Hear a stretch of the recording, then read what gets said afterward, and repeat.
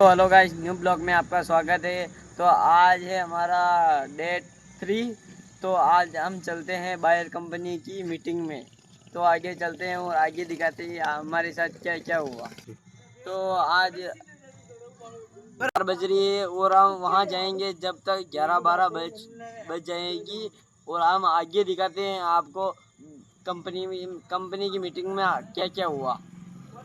तो हम आ चुके हैं मीटिंग में। ये हमारे कीर्तन भाई वो पीछे दिख रहे हैं जो बायर कंपनी वाले, और ये हमारे अखिलेश भाई। और ये देख लो भुट्टे बहुत सारे हैं यहाँ ऊपर निकाल रहे हैं। ये दोनों खड़े हुए हैं जो बायर कंपनी वाले हैं, और ये बीच में आ गए हैं बायर कंपनी वाले।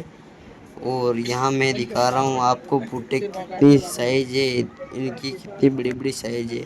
और ये हमारे अखिलेश भाई और यार वीवो का नया फोन लिया है जेजेस कैमरे वाला 50 मेगापिक्सल। कॉमेडी करता है। तो हम आ चुके हैं पांडाल में। तो ये आ चुके हैं बायर कंपनी वाले।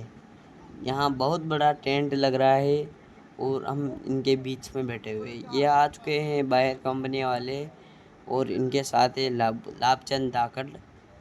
और ये इनसे बात कर रहे हैं कि जिमना तैयार हो गया है।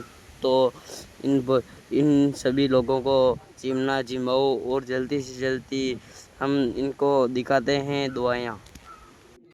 तो ये बायर कंपनी वाले अब क्या किसान कहते साथियों, हैं जो आप सुन। होता क्या है, आज हम लोग जैसे कि लेसन के भाव है अपन देख रहे हैं, लगभग देसी लेसन ही 350 रुपए किलो मिल रहा है। और ऊटी वाला जो सबसे ज्यादा लग रहा है हमारे एरिया में, वो 50,000 रुपए तक जा रहा है उसका रेट। तो ऐसे में हम ये चाहते हैं बायर कंपनी के एक जिम्मेदार अधिकारी होने के नाते कि हमारे किसान भाई कोई जरा से खर्चे के चक्कर में उसमें कोई चूक ना जाए। ऐसा ना हो कि उनकी लहसुन की फसल में कोई स्प्रे टाइम से होना था, ऊटी लहसुन में या देसी लहसुन में उनको जानकारी का अभाव था और उस कारण से उनके लहसुन में कोई गड़बड़ी हुई और हमें समय रहते पता नहीं लगी, बाद में लगी तो उनका नुकसान हुआ। आप समझ रहे हैं मेरी बात को? हिंदी तो सब सही है ना? रूम वाले कहते हैं कि जो स्प्लेंडर है 70 का एवरेज देगी। एक होता है जो चलाने वाला बोलता है कि साहब ये तो 60-65 का ही देती है। होता है नहीं होता? तो मैं वो चलाने वाले से ही पूछता हूं। आज अगर मैं बात करूं, मैं हर जगह 8209 की किसान से ही पूछता हूं कि आप बताओ कैसी रही। हमें भी जानकारी मिलती है, हमें बारिश भी होती है। अब ऐसे में क्या होता है कि अगर कोई वैरायटी हमारी बारिश को ज्यादा सहन करने की क्षमता हो या सूखे में ज्यादा समय तक रहने की क्षमता हो तो वो हमारे लिए सही है। मुझे ऐसा लगता है कि 8209 पिछले 3 सालों से इस चीज में बहुत अव्वल आई है। आज हमने देखा है, देखो एक आध कहीं हो सकता है, आप में से हो सकता है एक आध व्यक्ति के यहाँ पानी ज्यादा भरा रह गया हो ज्यादा समय के लिए, तो वो एक आध में मान सकता हूं, क्योंकि 100 में से 100 नंबर किसी बच्चे के नहीं आते। भाई 98 तक पहुंच जाएगा, लेकिन मैंने 100 में से 100 बहुत कम देखे हैं बिरले, है ना?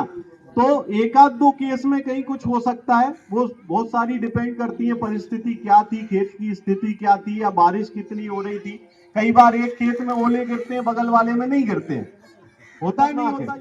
कभी इल्ली लगेगी तो इतनी लग जाएगी कि आप रोक नहीं पाओगे, कभी तो आप कहोगे साहब इस बार तो इल्ली नहीं लगी। होता है नहीं होता है? पिछले साल अफीम में हुआ नहीं हुआ, एक बार साहब डोडे ही सूख गए। इस बार तो समझ ही नहीं आ रहा कि अफीम में चील लगा रहे, माल ही नहीं निकल रहा। अब माल कैसे निकले? ये नीली छतरी ने कुछ ना कुछ बटन घुमा दिया। मैं निवेदन करूंगा हमारे डॉक्टर साहब से, मिस्टर विनोद सारण साहब से, कि वो आए और आगे जो लहसुन की फसल है, जो हमारी बहुत मेन फसल बन चुकी है, उसके बारे में मुख्य बातें हमें बताएं ताकि हम उनको याद रखें और इसमें भी फायदा उठा सकें। मेरा एक निवेदन आपसे और रहेगा कि आप लोगों से हम्बल रिक्वेस्ट है, आप लोग सब लोकल के आपस में बात आप ज्यादा मत करना अभी, क्योंकि वो क्या होता है जब आप बात करते हो ना तो अगल बगल वाले भी आपको सुनने लगते हैं, पता नहीं ये मेन बात कर रहे हैं कि या ये बता रहे हैं। तो थोड़ा सा निवेदन ये है मेरा। दूसरा, आज की तारीख में तो लहसुन भी अफीम का छोटा भाई हो गया है कि नहीं है? लहसुन की खेती में आपको क्या क्या समस्याएं आती है, उस पर अगर आप बताओ तो ज्यादा अच्छा है, नहीं मैं मेरी तरफ से भी आपको बता सकता हूँ। सबसे पहली चीज देखो, कोई भी बीज अपन धरती में डालते हैं उसके साथ क्या करना चाहिए? बीज उपचार। कितने लोग करते हैं आप में जो यहाँ बैठे हैं? सब लोग करते हो?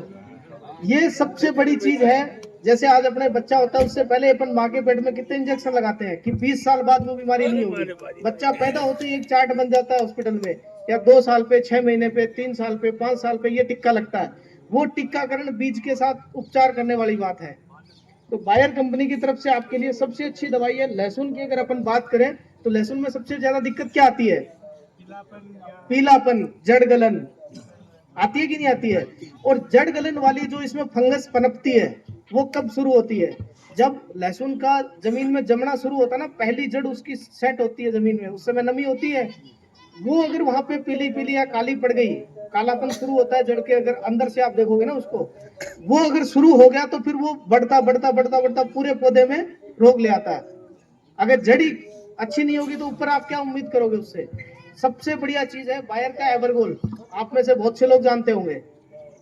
ये आप बोतल देखो, ये आपको लहसुन के अंदर 1 क्विंटल में 100 ml, 1 ml 1 किलो भी उसमें लहसुन में, ये आपको जरूर करना है। अगर किसी के दिक्कत, अगर मान लो कीड़ों की अगर कोई है, कोई दिमक वगैरह है, तो आप गौचो भी इसमें ऐड कर सकते हो।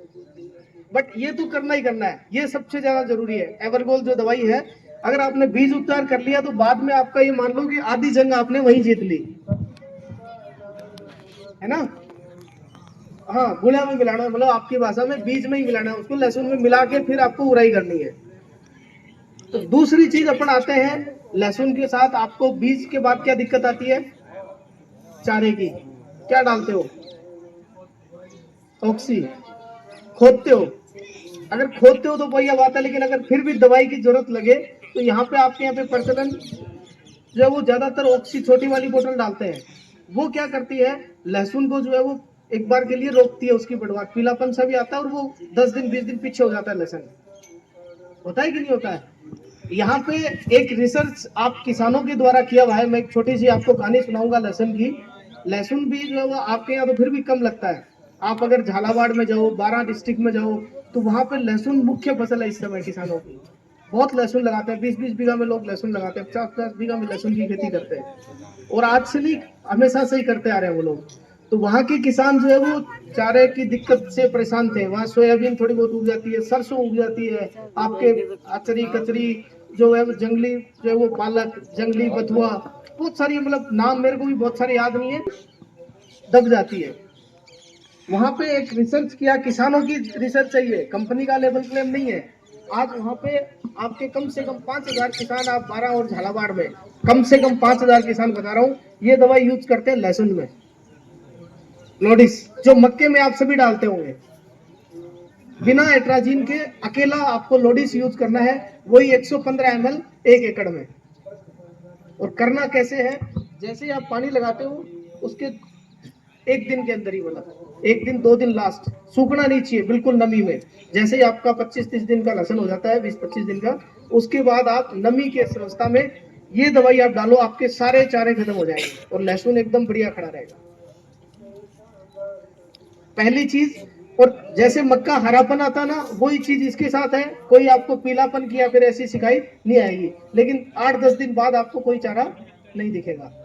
तो ये तो होगी चारे की बात। अब अपन आते हैं लहसुन में जो है वो एक आपके शुरुआत में नॉर्मल बीमारी आती है पीलापन की। आप क्या बोलते हो उसकी शुरुआती अवस्था में जो आती है? देखो हमारी भाषा में उसको डंपिंग ऑफ बोलते हैं, जो जड़ से स्टार्ट होती है। उसके लिए एक एलिएट दवाई आती है, ये वाली, इसको आप काम में लें। और सबसे बड़ी चीज लहसुन में जलेबी करके कुछ आती है बीमारी, किसी ने सुनी है?